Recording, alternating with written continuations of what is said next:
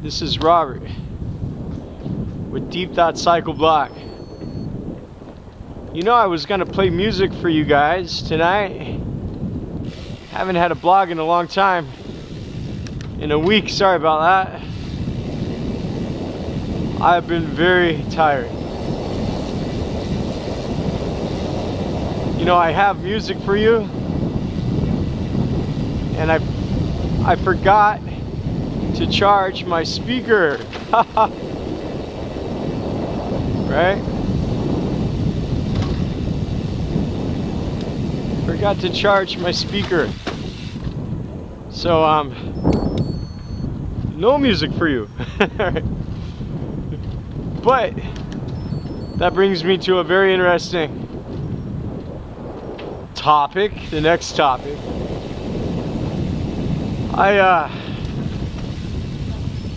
I often find myself not having time to charge things. Now I wish I had a dynamo. That'd be cool. I try not to want not, need not. Doesn't really work good with me.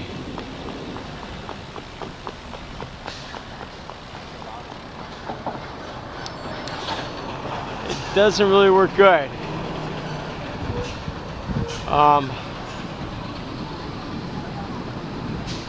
However,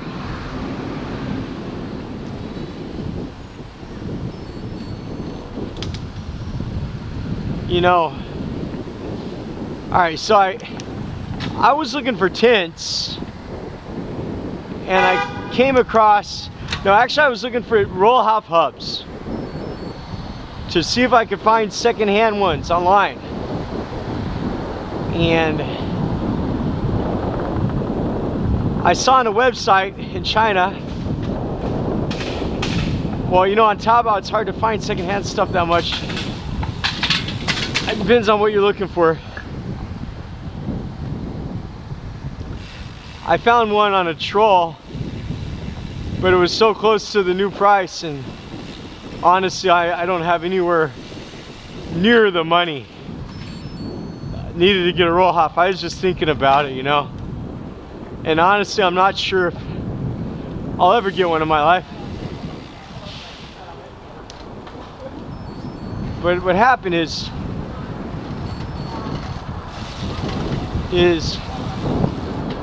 I saw this induction, the bone induction Bluetooth headphones.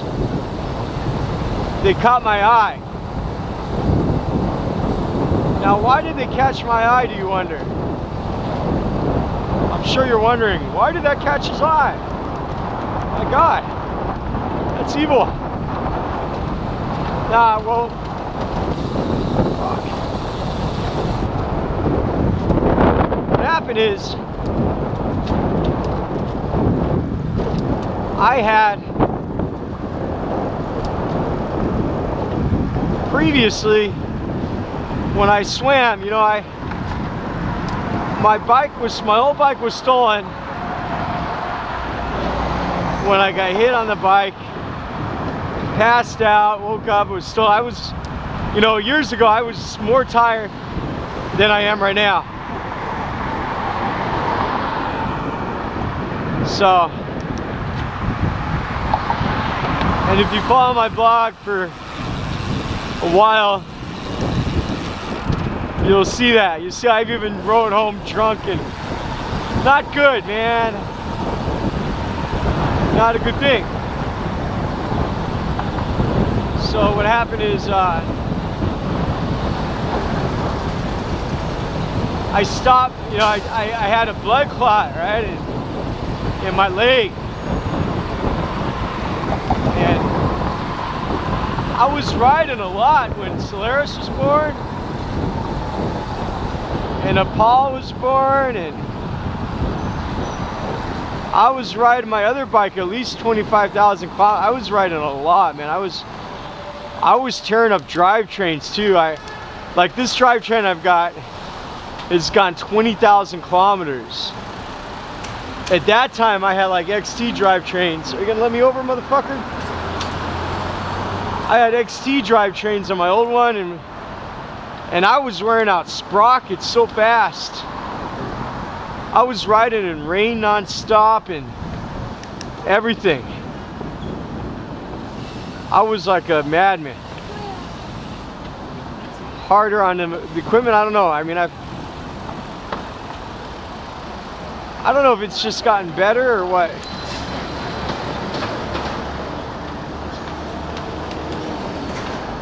I don't know if it's just gotten better, the quality of the component, or I was harder before. But my Dior, this is not an XT, this is like the Dior trekking series. The 48 tooth. I don't even know if this is a trekking series. I think it is.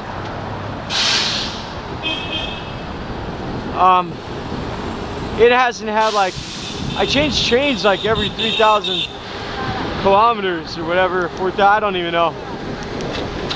I change them. It costs a pretty penny.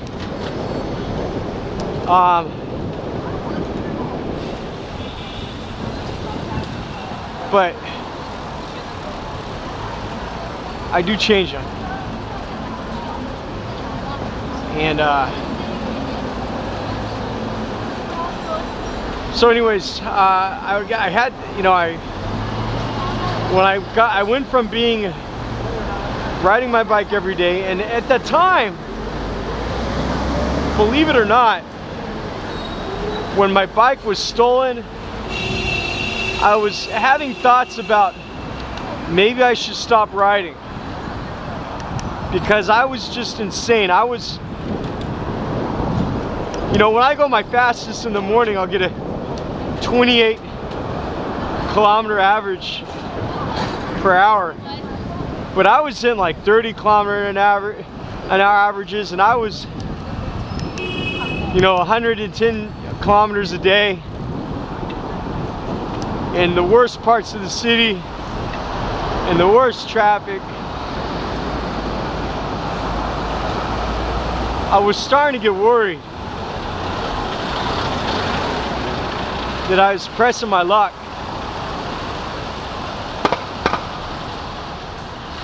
Hold on a second, let me look if we're recording or not.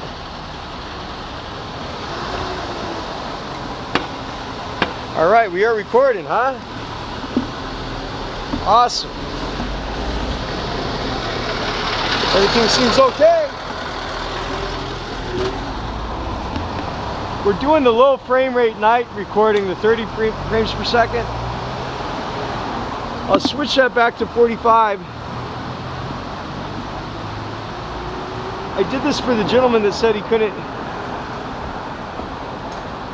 couldn't see it on his TV, right? Okay, on the road again. Fuck this bus, man. Well, better to check than to do a video. Talk to myself, right? Anyways.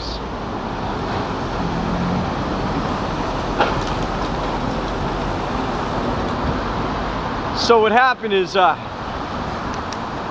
when I was worried, you know, I was worried that perhaps I was pushing my luck. I got in some, a lot of close calls, and it made me question the sanity of having a bicycle. I mean, I was 68 kilograms and stuff, and my health started to get bad when I stopped riding. And I had a blood clot on my leg, deep vein thrombosis, and put my whole life in perspective. You know,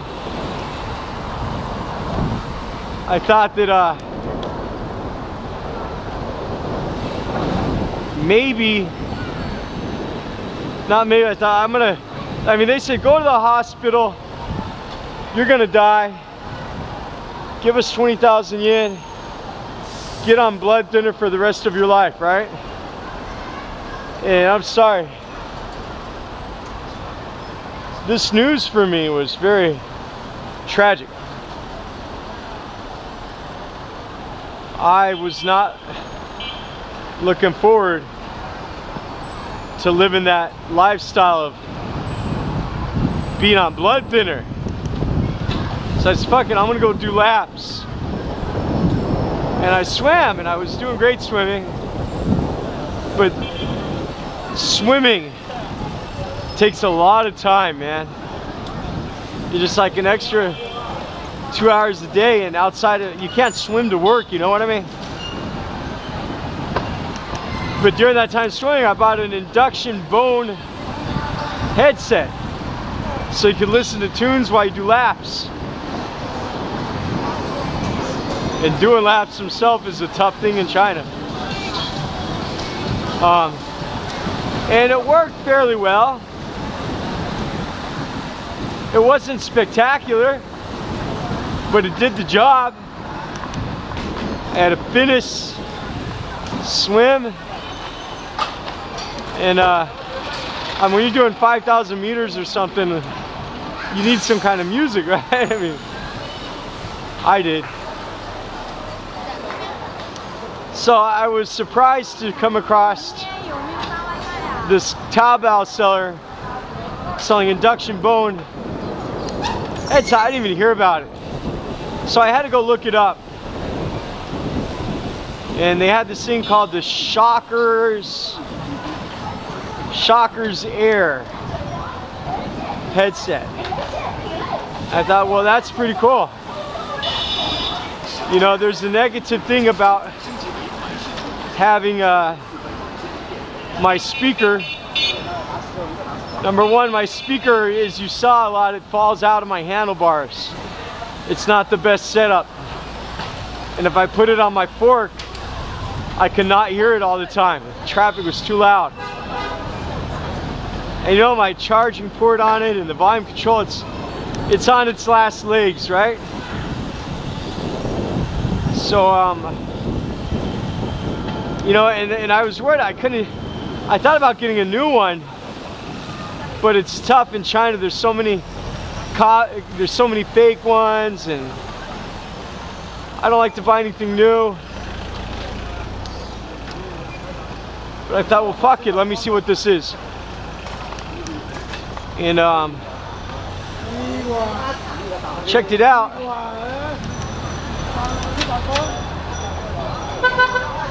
I checked it out, and my wife normally charges my shit for me at night because I'm busy doing other work, right? And sometimes she forgets. Sometimes she forgets to charge it, right?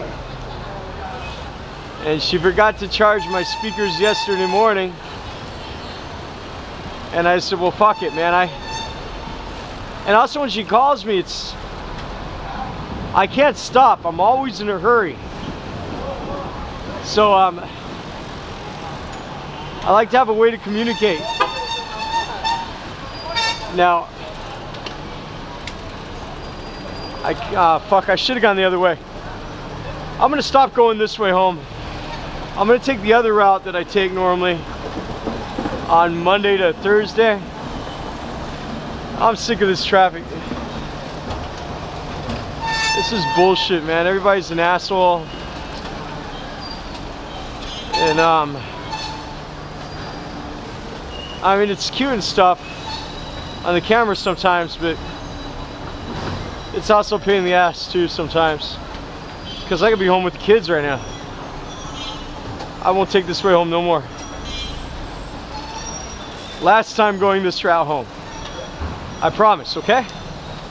The other route's just as eventful. Only it's got a faster pace. It's got more tunnels. If you like tunnels. So anyways, I wanted to get, you know, I pulled the trigger and it was a lot. It was 1,150 yen. And they came in one day. And I got the Trekz Shockerz Air. They got the Trekz Titanium. And I got the Air version. I was worried that it would work with my helmet. So I'm gonna do a review. But let me give you guys like an on the bike review. I got it. It came like in one day, which means it must have came out of Guangzhou. And I was first thing worried, oh, it's gonna be fake and shit. And so far, it seems to be legit. Seems to be pretty good quality. And I'm pleasantly surprised. I mean, this is the kind of thing, Bluetooth headsets, one of the things that they fake the most in China. And they break real quick, the batteries are fake, and it's just bad news. But I got these, and I'm wearing them right now. They go on your cheekbone. I wore them this morning, and you know, in the morning I like to listen to the podcasts about like Democracy Now, even though Democracy Now seems like it's a joke lately, and other podcasts just to hear some human voice. And it's impossible to do. And my speaker, when I get near traffic, it's just, you could understand maybe 70%.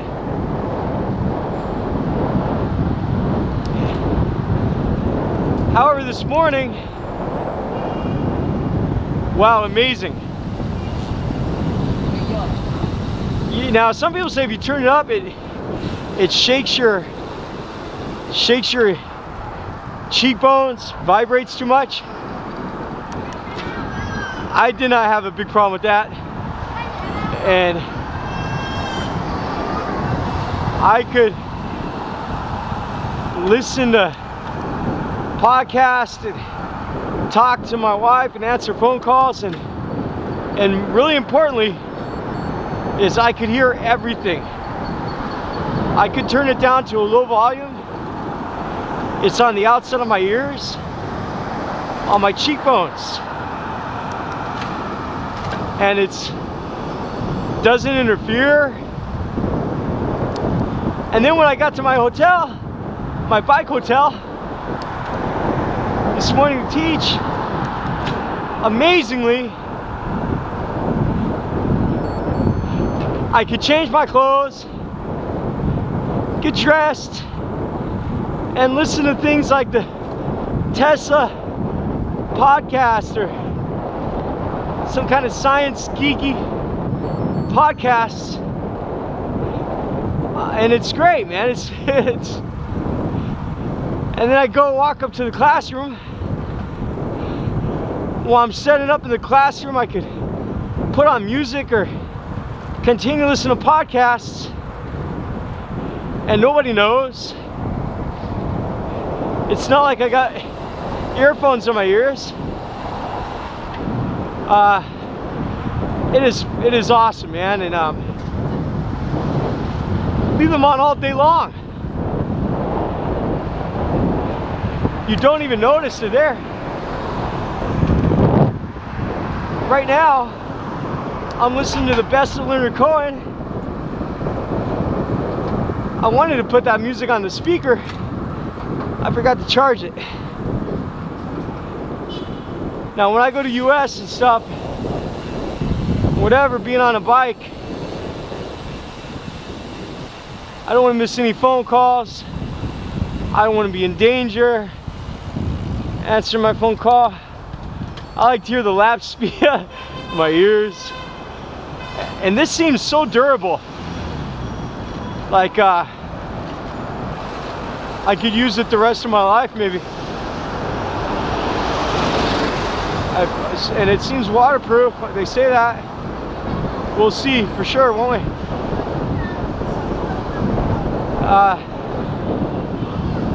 So I'm wearing it right now. And my wife called, and like when I'm sitting on my bike,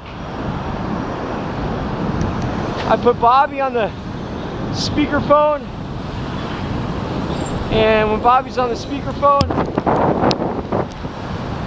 you know, on the WeChat, video chat, I could be packing my bags, and I could hear them, and I don't got to stand near the phone.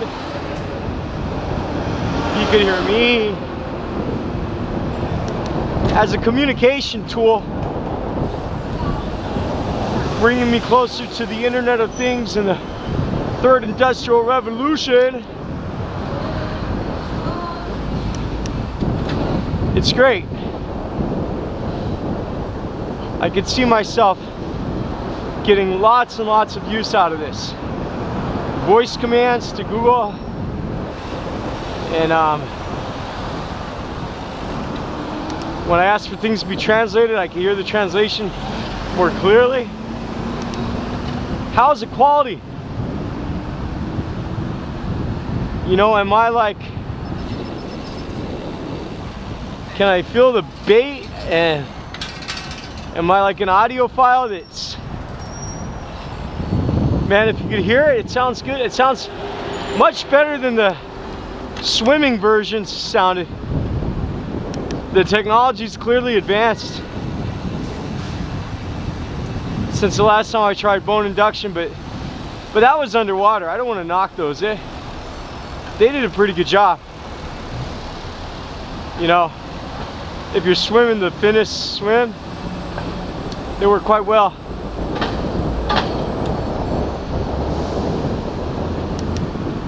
So right now I can hear Leonard crewing in the background. And right now I'm doing a vlog, so I mean, I'd like to let you guys hear it, but when you're alone, it's sometimes good just to be in solitude and think. Other times it's cool with your favorite tunes or podcasts, right? So what else did I get? I put on my two Blackburn anything pumps, or I'm sorry, bottle cages on the forks, and I could have got the salsa big cages, but they're like 50 and more, right? Now I've only used these for 2 days. Right now I got my speaker in the right and a 64-ounce insulated mug in the left. I can tell you that, number one, my bolts seem to be coming loose, and I need to get some washers probably run there properly. So I'm gonna get some Loctite and tighten it in there with some Loctite. That'll fix a bolt problem. The other issue is the straps. The strap is very long. I don't know why.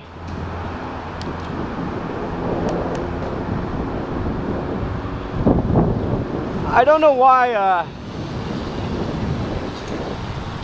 they don't use Velcro.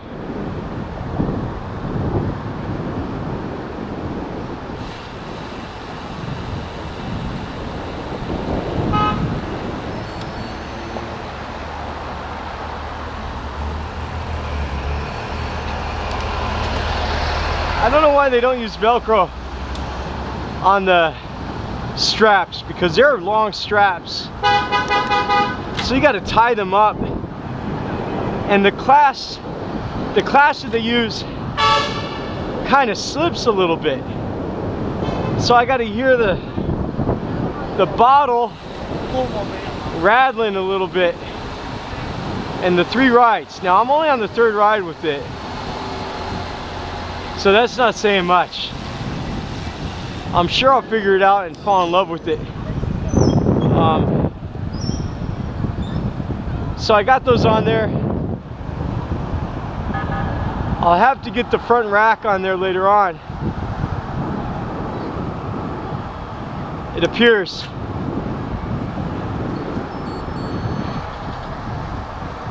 Put that off a little bit. I guess these will fit with the rack. Most likely they'll fit with the rack. Who knows? What else did I get? I got this 64-ounce Klean Canteen. Can't remember if I told you about that or not. And it's full of water. And I try to drink all the water every day. And that stopped me from buying plastic bottles and contributing to that mess. And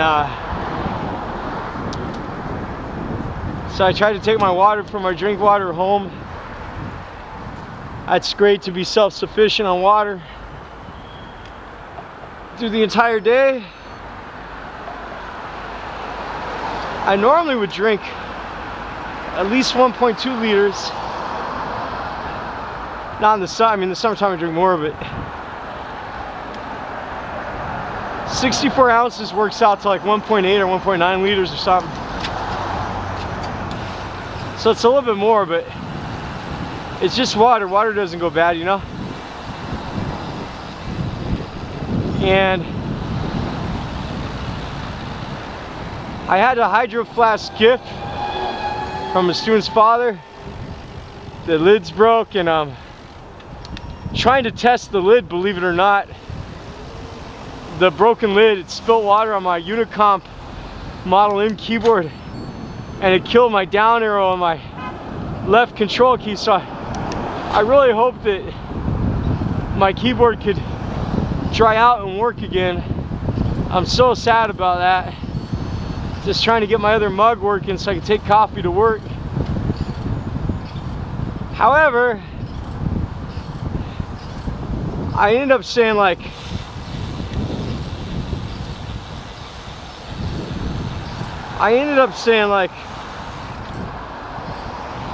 okay, fuck it, I'm gonna buy a new one. So I spent 150 yen, 160 yen on another Klean Canteen stainless steel. It's 32 ounce for coffee. I should be big enough for coffee in the day. Take with me to work, and I could be free of spending all that money every day at the Circle K on coffee. I just wish I had one for tea. I like tea a lot. I know that's not good. I don't know why. Like, I heard in England they drink a lot of tea. Who knows, man? I don't drink the green tea, I drink the caffeine black tea, right? Lipton's yellow label. So, my big consumption trip.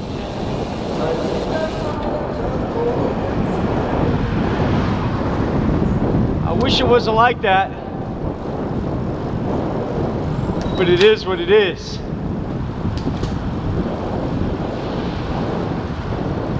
Now, oh, we're listening to so long.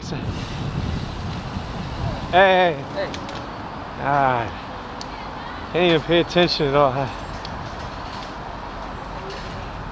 And cry, and cry, and try. Throw it all away.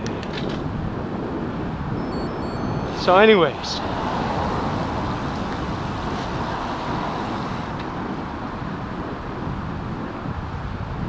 what happened is, what's been going on, I mean, the last week, some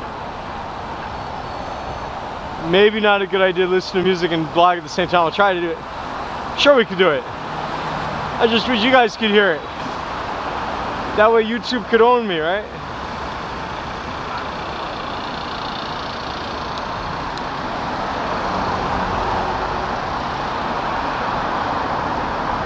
All right, here we go. So, what else do we know? I am so tired. I've been worried about Kuala Taco all week. And worried about immigration, man.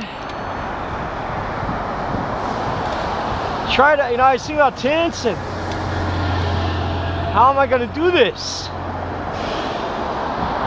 And then I saw Elon Musk has got a lot of jobs. You know?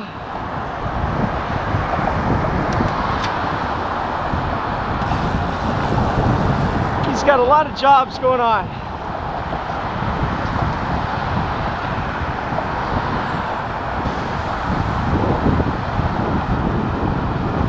He said he wants to hire 400 people a day or a week, every week for the next couple weeks.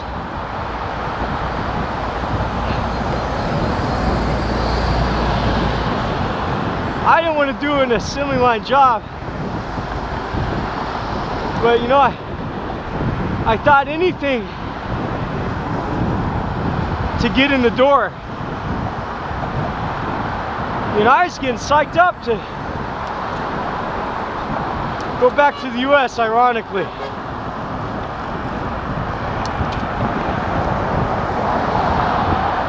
And I wrote the immigration. They sent me a real dry, mechanical reply.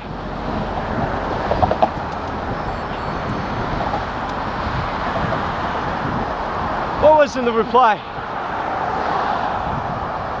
You may wonder.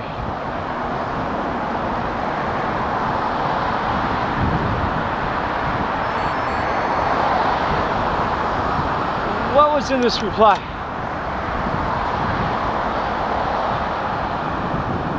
They said basically, I have to have evidence from my previous wife's termination, and I'm not having any luck finding my German wife Anya. I can't find any luck on him, man.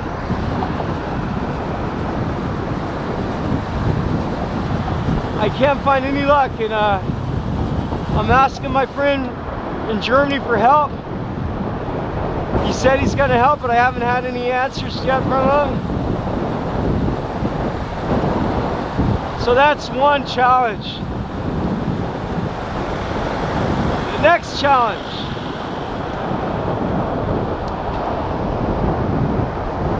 You have to have an I-84, which is this financial affidavit of support for your wife or your spouse that shows you made 125% of the poverty level for your household size. So if I have a household of 3, according to their guidelines, that rate is $30,000. $30,000 a year. Now, in China, I make more than that, or at least that. I believe. But they don't care about my Chinese income, and because I don't live in the US, they don't recognize that income. And I don't have assets worth that much money.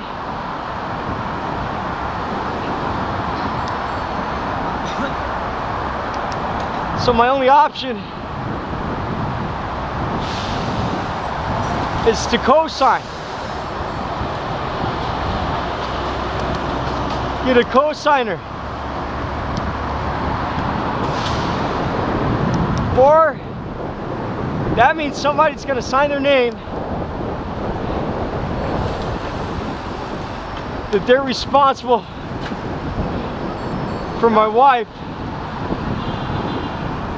financially immigrant. That's a huge thing to ask of somebody. I don't want to ask them for that. You know? And I don't know anybody to ask in the world. So either I get in and go talk to him and say, look it, man, my wife can't, we don't have anybody do that. I mean, and they give me a waiver, which I don't think they have such a thing. I don't know. I thought they did at first, but now I'm scared. Apparently they don't.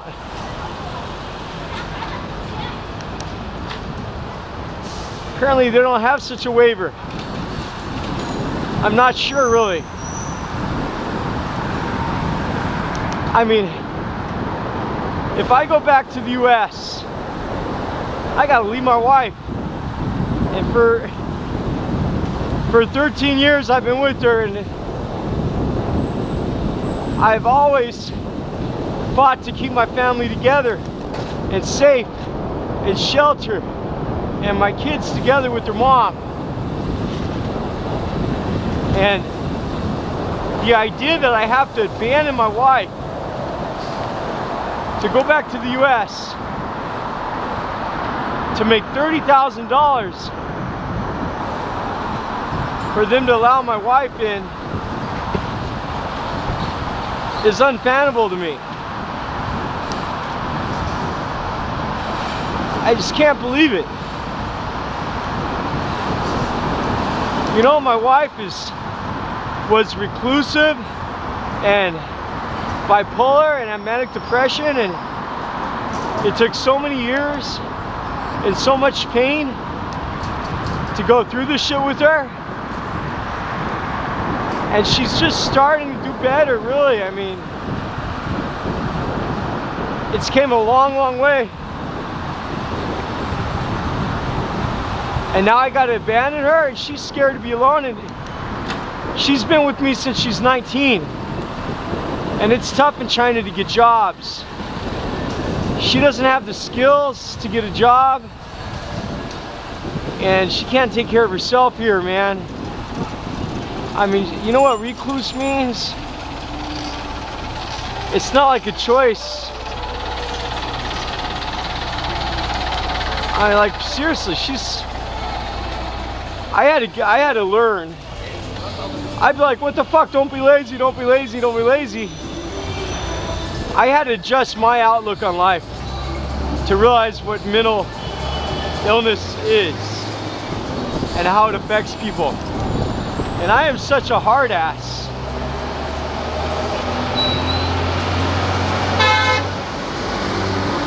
And I grew up without compassion.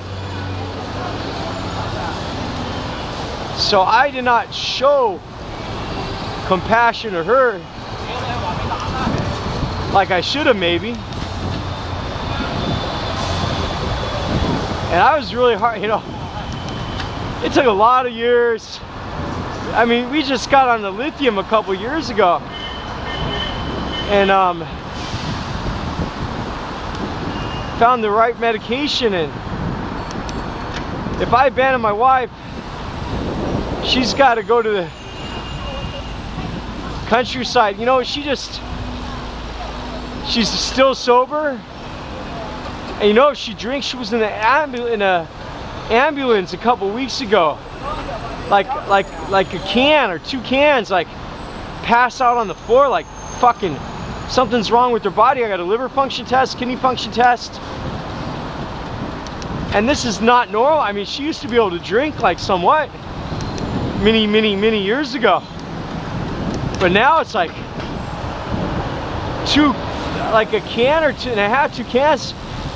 Like she drank a bottle of tequila, deathly sick and passing out, and unbelievable. This is clearly a process. Her body is just absolutely shut down the ability to process alcohol. And she realized that when she passed out a couple weeks ago. Ambulance came and scared her, and she's been maintaining her sobriety. It was a lot of therapy and shit, you know, and this isn't the kind of person you want to abandon right when they get back on their own feet, you know? I mean, the police wanted me to have, I signed my name as a guardian of her, right? You know, I don't want to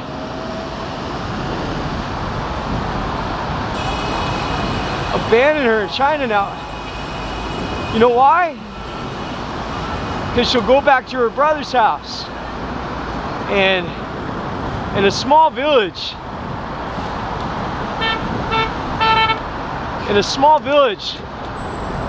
where you got illiterate people and they have their traditions of being sexist against women, and it's very psychologically abusive there for her. You know, I can't afford to go back to the US and maintain my home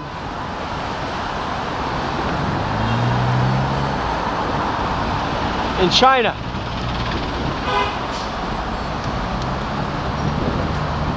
I can't afford it.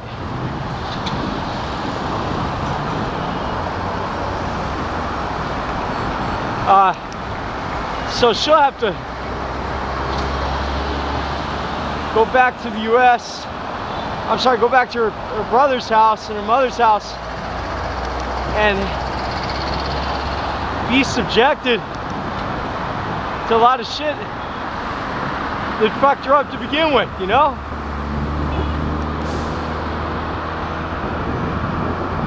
You know, it's arguable which of the damage is environmental and which of it's chemical and genetic. I don't know. I'm not a specialist. You know?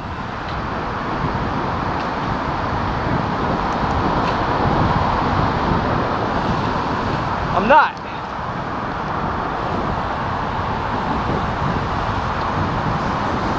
I'm not a specialist.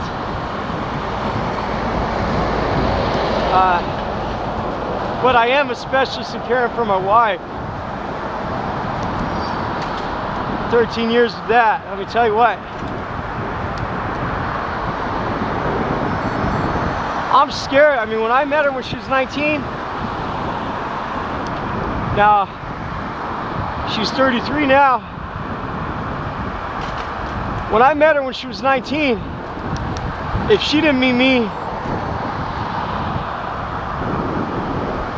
she was burning her candle out way too fast, you know. She was lost. I'm pretty sure I saved her life. Now I know a lot of people have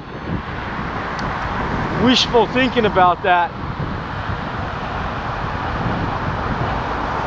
but I'm pretty sure meeting me saved her life. And I wasn't out for that kind of relationship or something like that. And when you have your wife says, I don't want to be left alone, and you could hear the fear in her voice, and you weren't just a husband, we took care of her like a father. Man, that shit is so tough. Now, America has this policy about depression and bipolarness not letting people in. You know, I'm scared to say to the embassy, look at, hey, I'm her guardian and I'm the only one she's got in China. If I leave her, puts her in danger.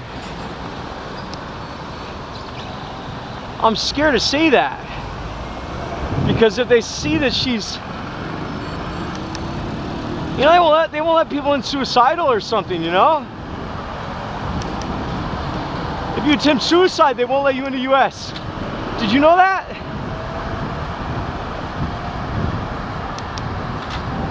And I'm scared to tell the embassy and ask for their help. They say, oh my God, look at her, she's got mental problems. We'll never let her in. And if they do that to my wife, you know, are you married to your country or are you married to the person that's your partner that you love and wed? I mean, geez, this goes against the morality of mankind now. I mean, the thing is, if I stay in China, 5 years will go very quickly. And pretty soon I'll be 48. And I'll get weaker. And China's tough, man. It is a big hustle and it's real tough. You gotta be on your toes. You gotta be strong. If you're gonna be living here, you're gonna be supporting kids, and you're not being real nomadic, it's demanding in a lot of ways. And it's always a hustle. And the game wears you out a little bit. You know, my wife, I don't see her being able to take care of me financially ever for her whole life. I can't even count on that. It's got to be me to take care of my kids and her. And I'm, you know, I got to think about the future for her and my kids. If I stay in China and get stuck here,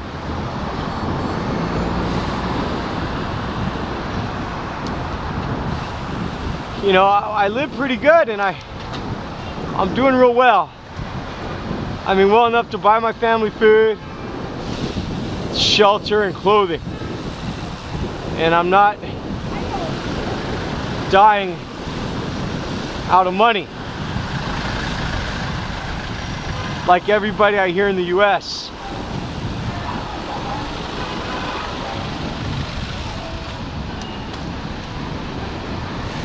But if they don't let my wife in the country, I'd have to say, okay, man. I mean, I'd have to cut my wife off like you tie a tourniquet on a wound to save my kids. I'd have to sacrifice my wife.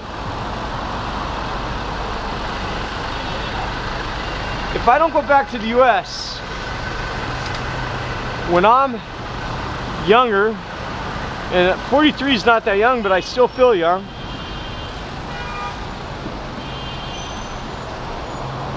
I will not have a fighting chance to ever get that $30,000.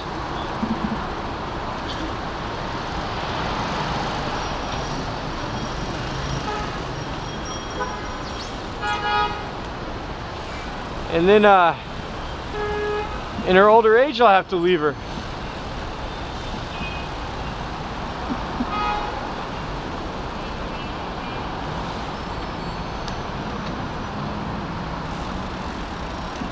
So I don't know, I could be optimistic and think, oh, I could get a house, but you know, China's future, man. There seems to be a lot of potential conflict in the future here. And I don't say that as a conspiracy theorist, I say that as like, the shit will hit the fan one day. All you gotta do is look at history to realize history repeats. You know? So, what to do? Well, I got to think about my boys. Let's go back to that Tesla email. Elon Musk leaked email where he says that he's going to be hiring lots of people, 400 people a week for the next couple of weeks. I thought, oh my God. That's opportunity. I was planning on getting a 10 and getting my gear and going back like you go on a safari. Going back is self-sufficient and as packed and as well equipped as I could be. I mean, like living homeless, like taking showers in the mountains, and just, you know, living in my tent and being prepared for the absolute worst to try to be self-contained. And unfortunately, if I got to go back by next 18th, I'd have to just get my next paycheck, which is hardly nothing, and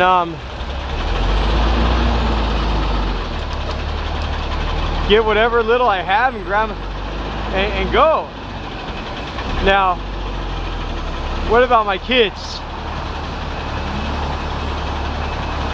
I have an option. I could leave them here in China. But you know what? My wife does not have the ability to take care of them and to make them safe and shit, you know? And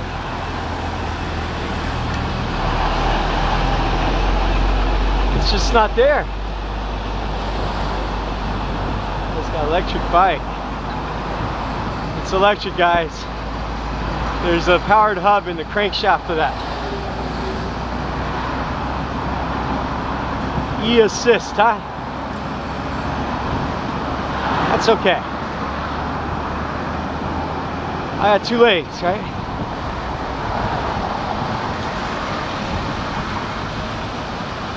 This is, I'm gonna be able to pedal here. Fucking traffic, huh? So, you know, I've seen Apollo choke. I've seen all my children in near-death situations.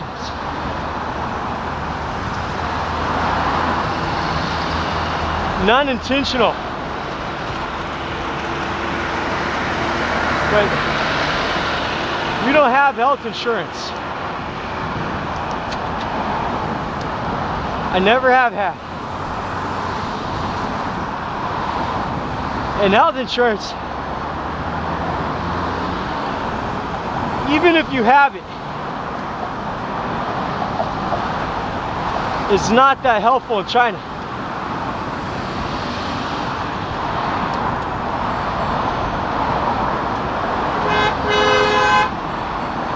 And you need to have more than health insurance. You need to have a guardian angel.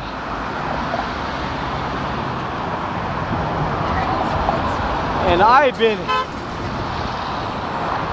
that guardian angel for my kids.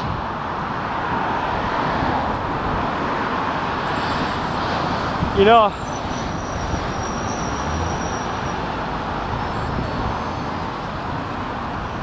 I've been that angel.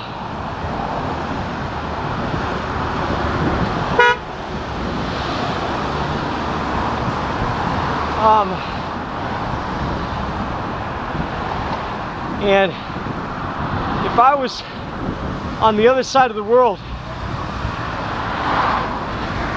I could not come and rescue my kids. So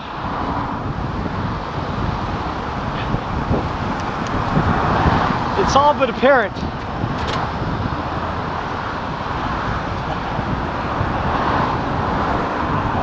Look at this guy passed me.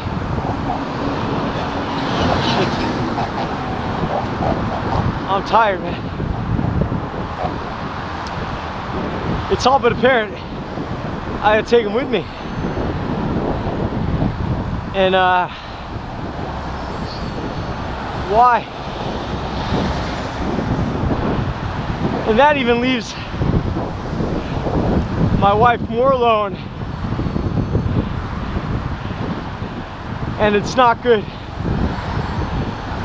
for my kids to be taken from their mom and to split up.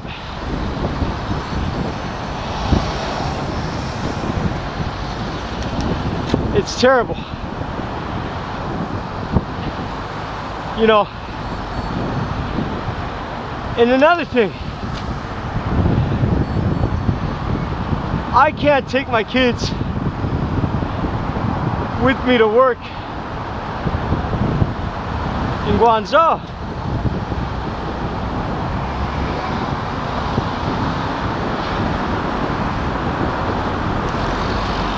How can I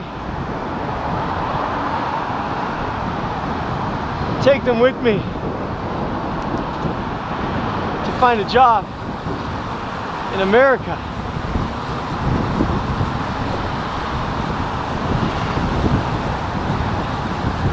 I don't know.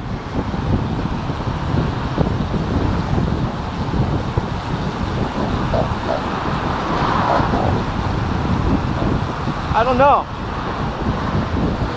I got a strategy. Well, first strategy, find somebody to co-sign for my wife. That's not looking too good. Second strategy, go to America and get assistance in Colorado. But everybody tells me, my sister, everybody I meet from America is telling me there's no jobs. You can't get a job. Saying it costs $2,000 a month to rent in Colorado.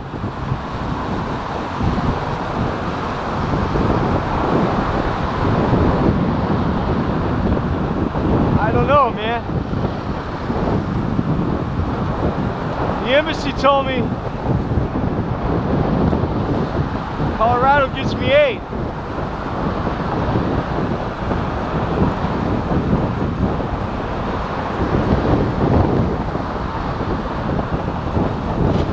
I'm not sure.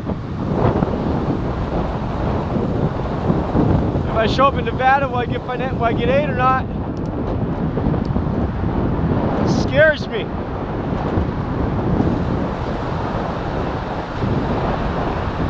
Is it because I was a resident of Colorado before?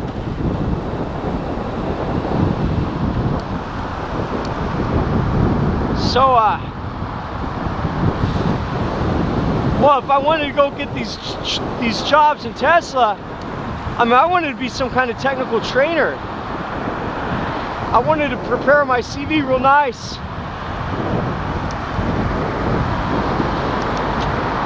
And go over there. But how could I take my boys to Nevada and get a job? Who's gonna watch them?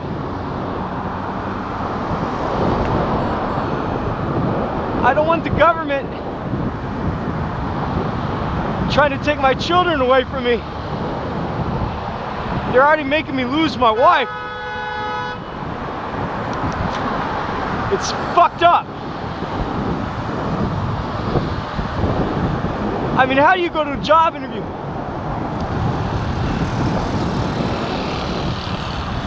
Where do I put my kids?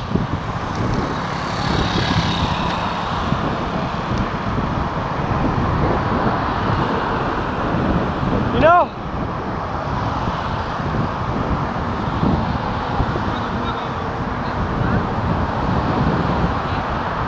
So,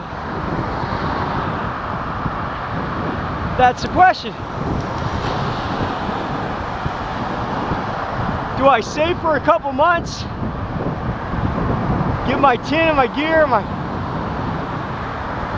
every kind of gear I can get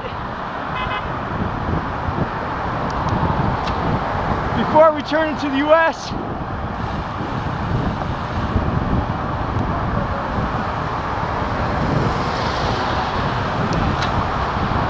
Or go back and get those jobs now? How do I do that, man? I thought maybe I asked my dad, try to bury the hatchet with him to get a hold of him.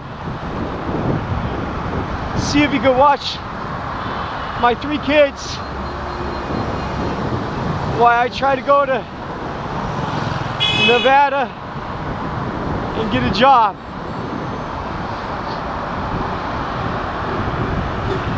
And my sister tells me my dad is like 70 and heart problems, and he can't watch children at all, and so there's nobody. So he won't help me.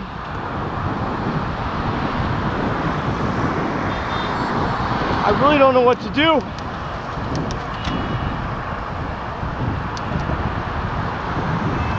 My mom can't do it.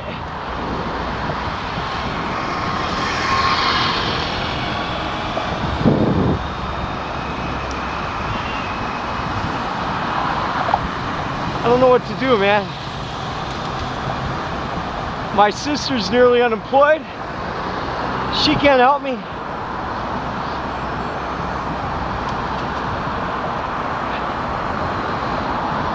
You know, in China, yeah, I don't know, man. You hear about family helping each other all over the world. In every country.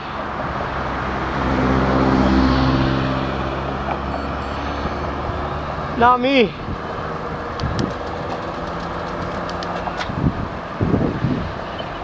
So, that's it, folks. I really am confused about what I should do.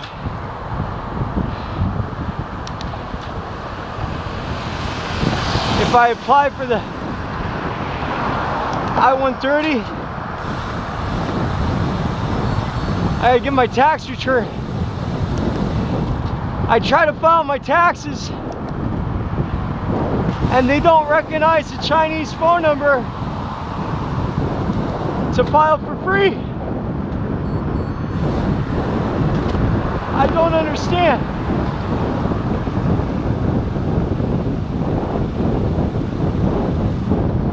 So I'm unable to file my taxes.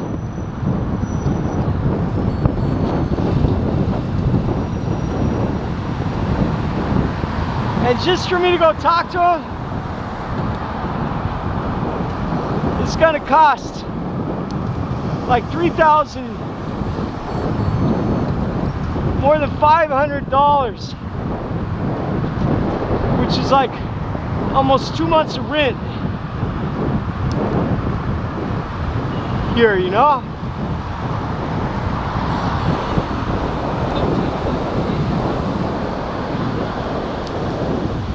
I mean, I've been working for 17 years.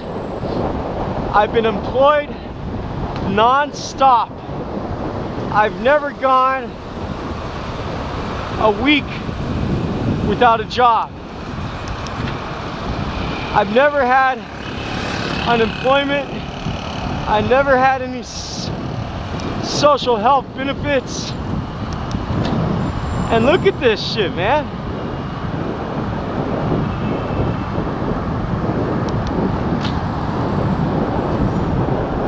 You know, I met a guy today, I don't know if he's watching or not, who was a doctor in the US, studied medicine, and he can't get a job. Just came to China, teach English at 33 years old. I see another guy who wants to interview me, his Triad travel blog. You guys check out his channel. He reminds me somewhat of myself when I was younger, who was full of angst of what happened in his life. Now, a lot of these guys here I see, and they're not the only two. You hear about them leaving China, leaving America. You know, I remember long ago when I left to Europe, and I was sick of the fucked up shit in the US, I thought. And I was young. And I told people, I said, come on, man. Let's go. And they was all, yeah, that's cool. And nobody left. And I departed on my idealistic journey that brought me all around the world and enlightened me. Sure, I am enlightened. I have had experiences that have changed me greatly, and it's difficult to measure those experiences. It's difficult to summarize them. But I see some people that have tried to do both, or they've done one job and then the other, and come out here. I'm not trying to romanticize my life.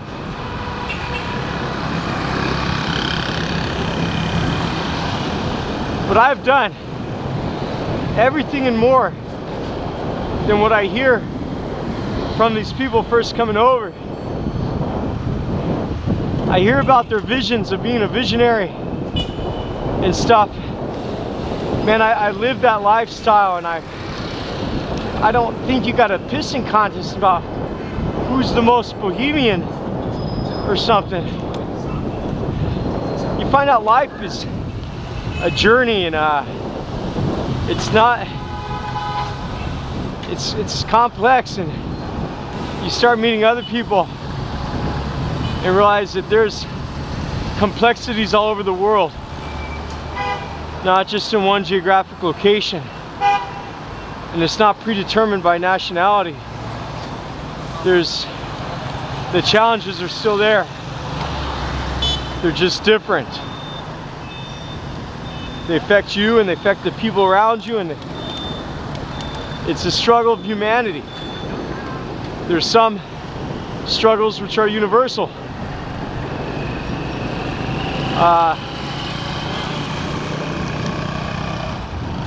It's really ironic. I do have a broadened view of life.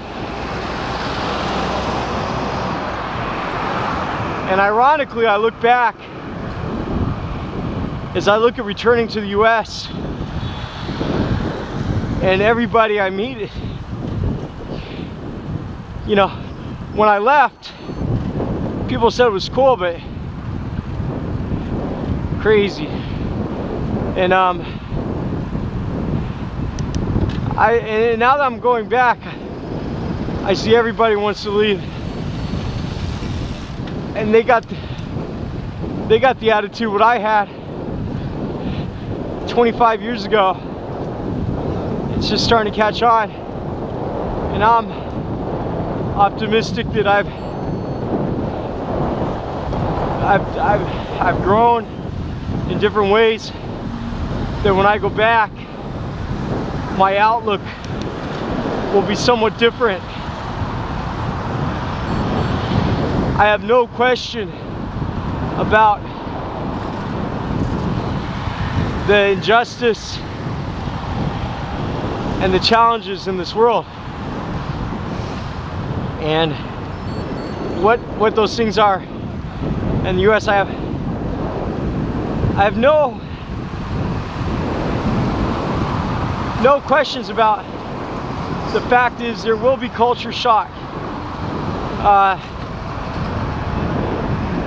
without a doubt in my mind.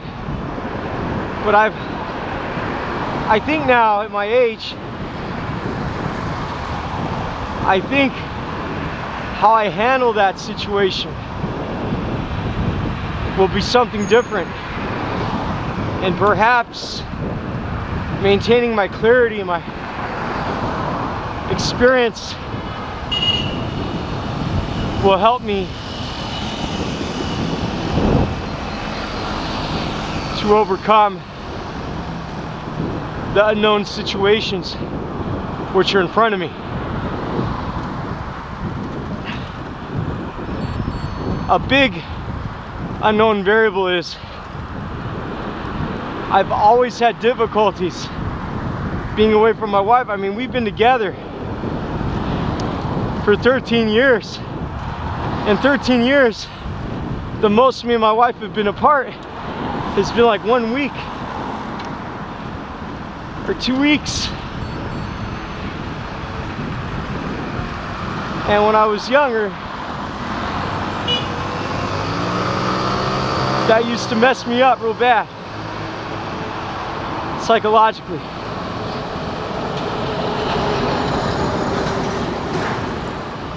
Now I wonder,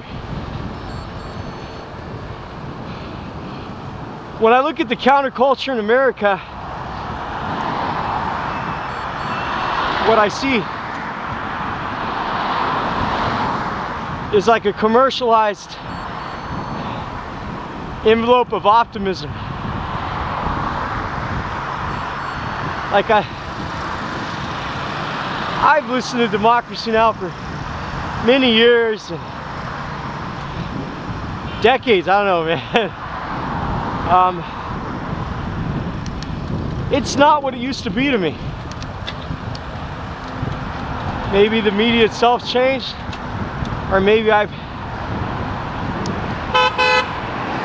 changed how I listen.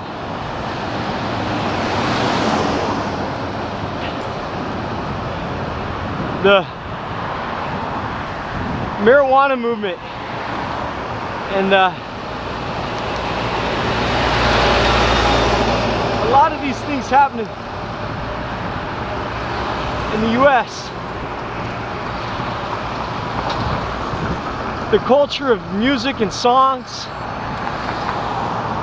it's like where every message of freedom is commercialized and exploited within itself.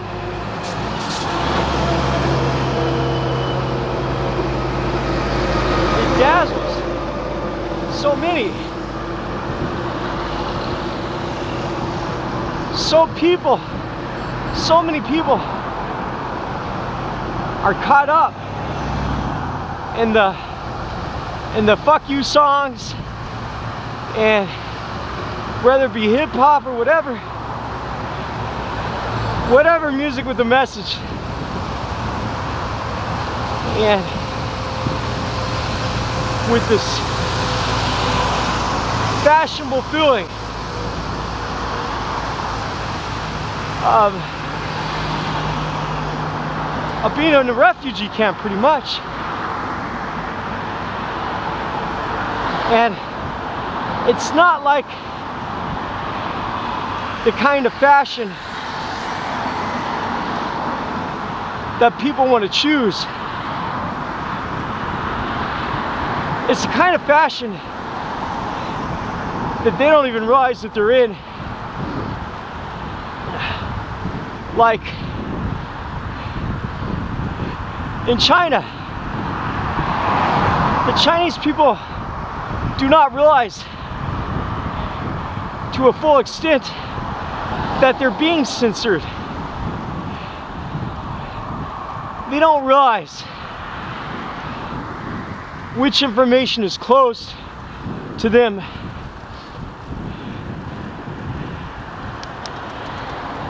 They don't know about that stuff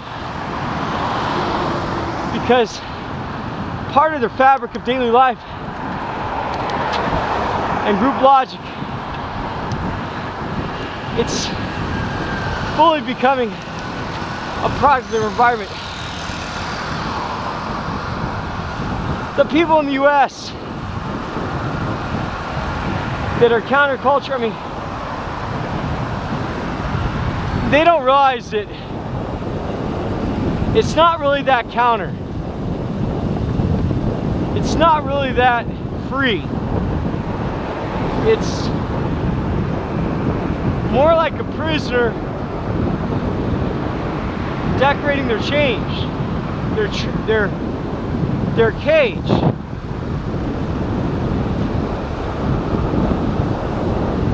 Now, how should it be? Well, look at the Orwellian 1984. That one guy, whatever the fuck his name was, he knew Big Brother was watching. He had no fashion. He had no liberating music that made him think he was being liberated. However, he had full knowledge of the situation and used that knowledge as a blanket. And I think he realized that he's not really getting comforted. And seeing what I've seen through years and years of life, I feel as though the feeling of counterculture is like an illusion which keeps people pacified. And I don't have an answer that anybody will care about. So when I returned, you know, I stopped drinking beer for clarity and to not be altered.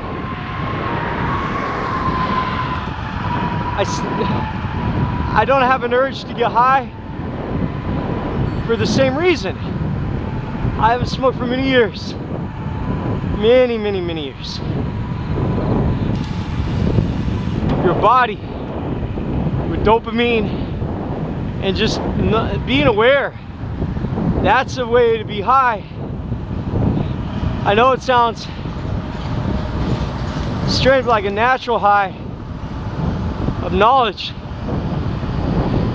is the hardest high to get. It's easy to drink and to smoke. It's easy to listen to a song. It's not always easy to run.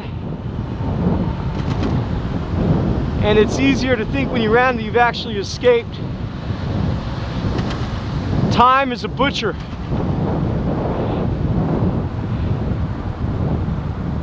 So when I go back, my perspective of what's happening as I become immediately surrounded by strange things all around, and by people who are not able to cope. This was real difficult for me when I tried it returning from Germany to the US for a little bit. I don't think I'll have that difficulty now.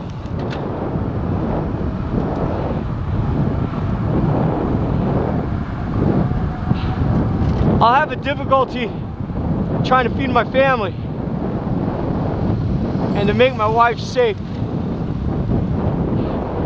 I've been living so Spartan for so many years that my focus on what there is, what there's for struggle, what there's for breakfast, and what there's for work has become clearer. And I still have a lot to learn, I'm sure.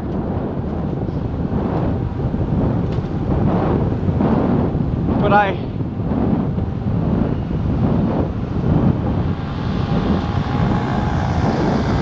you know, when I first went to Germany or Europe, and I could tell you stories about the years that I had culture shock.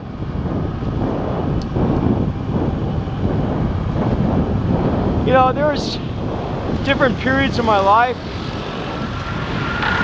that I made comparisons and judgments.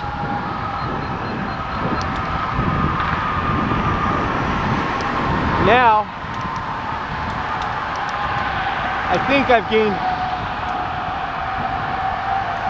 some sort of patience after this journey's been done. Because what is the opposite of patience? When you lay down and can't sleep at night? Anxiety is the opposite of patience. And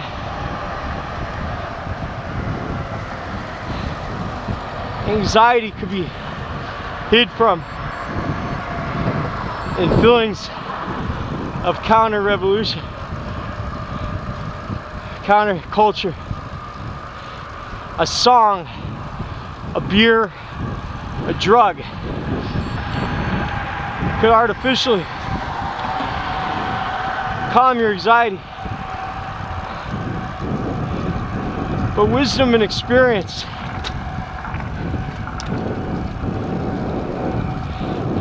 is what will really calm you down.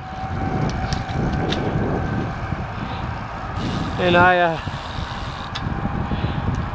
think I've got that. I hate to test it.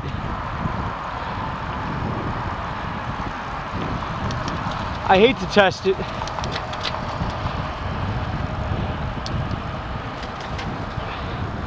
I don't walk into an airport, even though I haven't been in an airport for many, many years.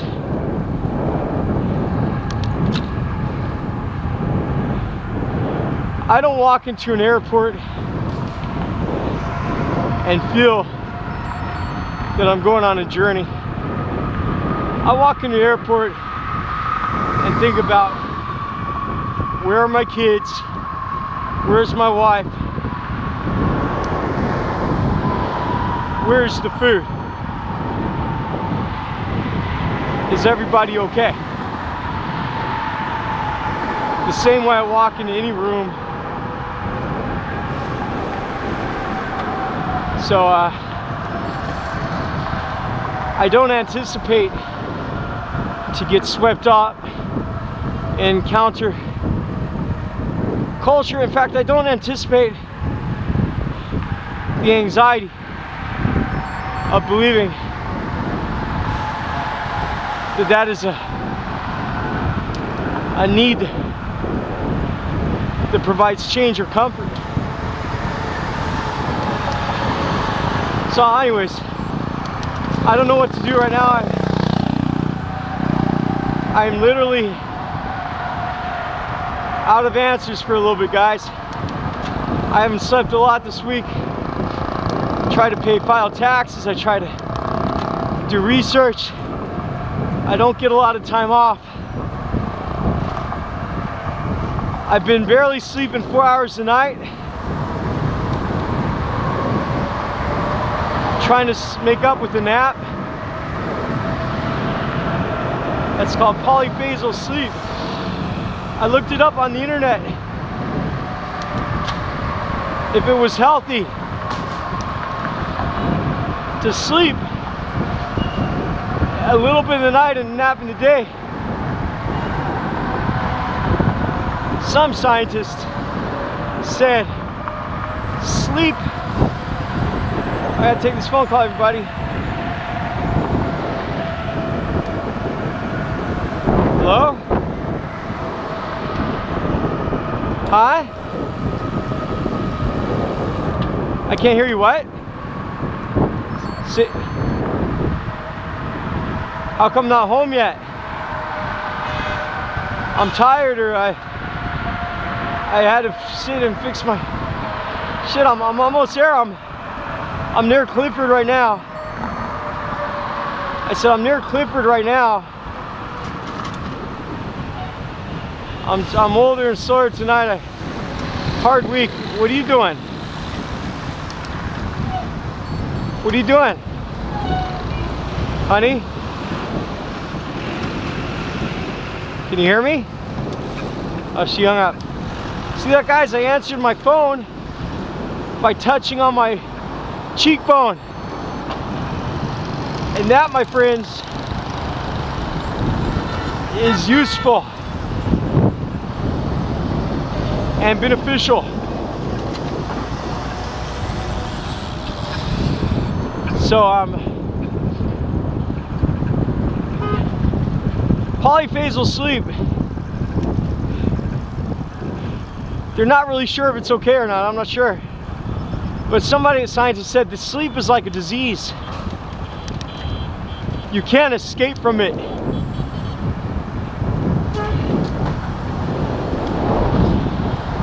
So I don't know, that's kind of a short summary. So you can't be hurt from not sleeping enough. That's what I read. I don't know if that's true or not, but I read multiple search results said somewhat the same thing. Somewhat reassuring. I can tell you that I'm compared to last week, I see to my speed a little bit. I'm feeling very tired.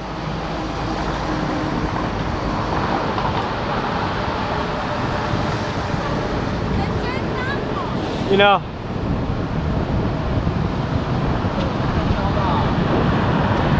so I'm sorry I'm so slow right now, but what else do we got?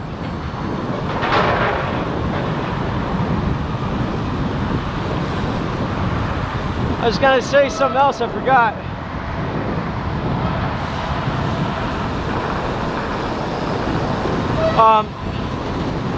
Yeah, I mean, I wanted to get like a rohloff and a dynamo and a belt drive and all that jazz. Obviously that's not gonna happen. Bitcoin's going up though again, woo! I'm almost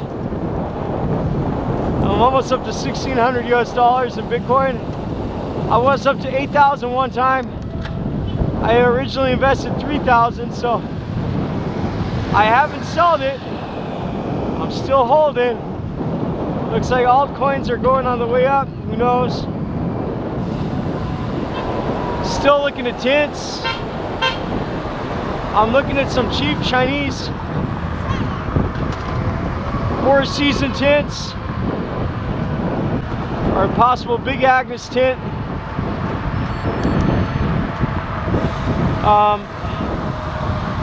Yesterday I tried to go take the children